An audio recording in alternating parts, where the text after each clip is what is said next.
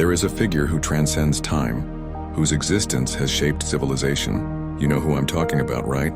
Yes, Jesus Christ. Before we move on, I'd like to ask you to reflect. What is your view of Jesus? Is he God to you? Leave your honest comment below. And if this message speaks to you, make sure to subscribe, hit the like button so that more people can discover this transforming story, and of course, share it with your friends and family. It's undeniable that even our calendar is based on his incarnation. When we turn to the Bible, the narratives about Jesus' deeds are abundant and, for many, irrefutable. His apostles and first followers dedicated their lives to documenting and spreading his teachings. But are there scientific evidences, beyond the sacred scriptures, that prove his existence? What are the concrete proofs that Jesus of Nazareth truly existed as a historical figure? Researcher Joseph Atwill proposed a provocative hypothesis, claiming that Jesus is a myth.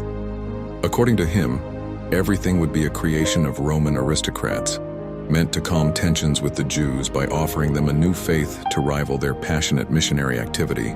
He presented this theory during a conference in London years ago, suggesting that the Romans had engineered a religious narrative to pacify the region by competing with Judaism. However, there are serious flaws in his argument. Joseph Atwill has no academic background in history or archaeology. His field is computer science. His claims have never been published in any peer-reviewed scientific journal, meaning they lack academic validation.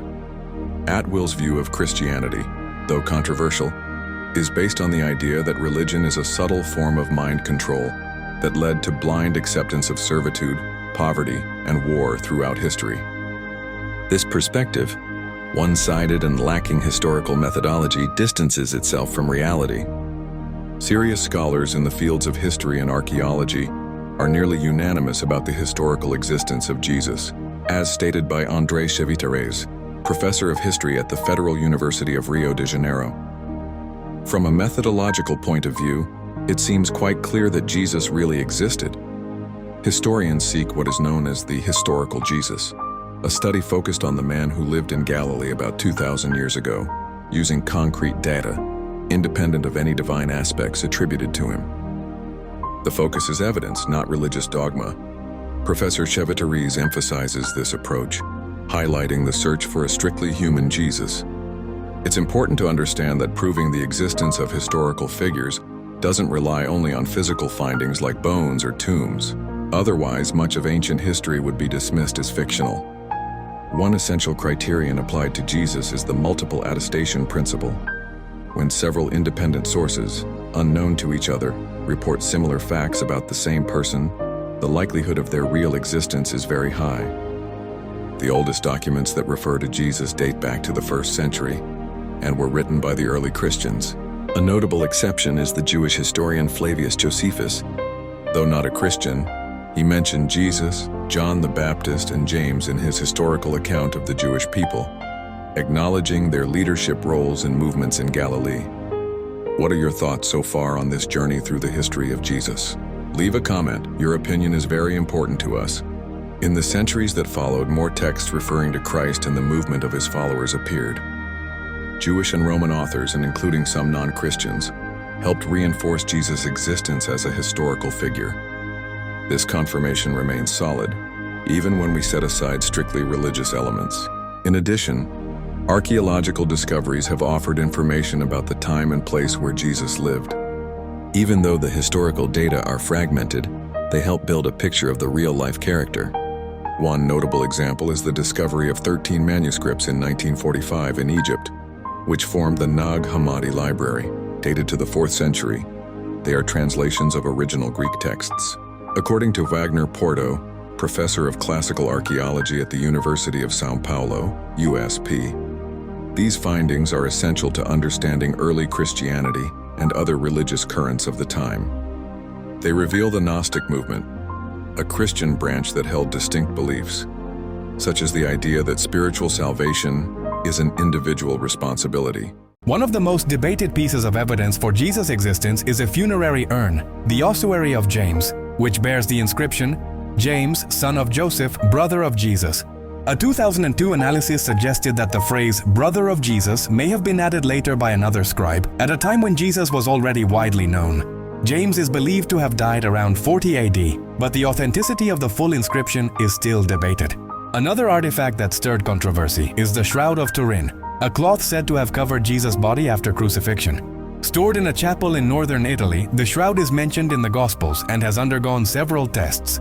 While the fabric is confirmed to have wrapped a human body and shows crucifixion wounds, carbon-14 dating suggests it dates to the medieval period, casting doubt on its authenticity. Today, the relic is so well protected that new testing is unlikely. Many modern historians believe that Jesus was not born in Bethlehem, but rather in Nazareth, a small village with about 500 peasants, holding little political or religious significance. However, evidence of a Roman census around the time of Jesus' birth may explain why Joseph was in Bethlehem, as the scriptures report. Jesus spent most of his life in Galilee, in small villages, rarely visiting large cities, which aligns with biblical accounts. His entry into Jerusalem marked a turning point, ultimately leading to his crucifixion. Jesus' death is historically estimated between 35 and 36 AD, shortly after the death of John the Baptist, according to Flavius Josephus. It is widely accepted that Jesus of Nazareth did not leave any writings. Historians suggest that he was illiterate. The foundations of Christianity and the narrative of Christ were shaped by the first faithful believers in Christian communities about 2 or 3 generations after the Messiah's death. Thus, these documents carry a strong religious and theological tone, though their historical value is undeniable. Over the centuries, the story of Jesus and its associated facts have been interpreted in many ways, giving rise to the multiple branches of Christianity we see today. To some, Jesus is God himself, to others, an inspiring man. Some see him as a controversial figure, others as a liberator, peacemaker, or holy being. The study of the historical Jesus is essential as it helps separate facts from theological assumptions, preserving the integrity of history. Science does not aim to strip Jesus of his spiritual significance, but rather to ground what can be affirmed about him based on evidence. The gaps in historical record leave space for the faith and mystery that are inherent to religion. It is highly unlikely that an ancient religious community like the Jews, who were meticulous about their own history, would invent such a complex and convincing figure and manage to get contemporaries and close followers to believe in such fabrication. Furthermore, the remarkable consistency across the Gospels, despite small differences, would be hard to explain if they were just isolated works of fiction. All these elements lead many Christians to believe that the historical Jesus is indeed the same Christ of faith and of the Gospels. One thing is certain, the Jewish carpenter from Nazareth left an indelible mark on human history.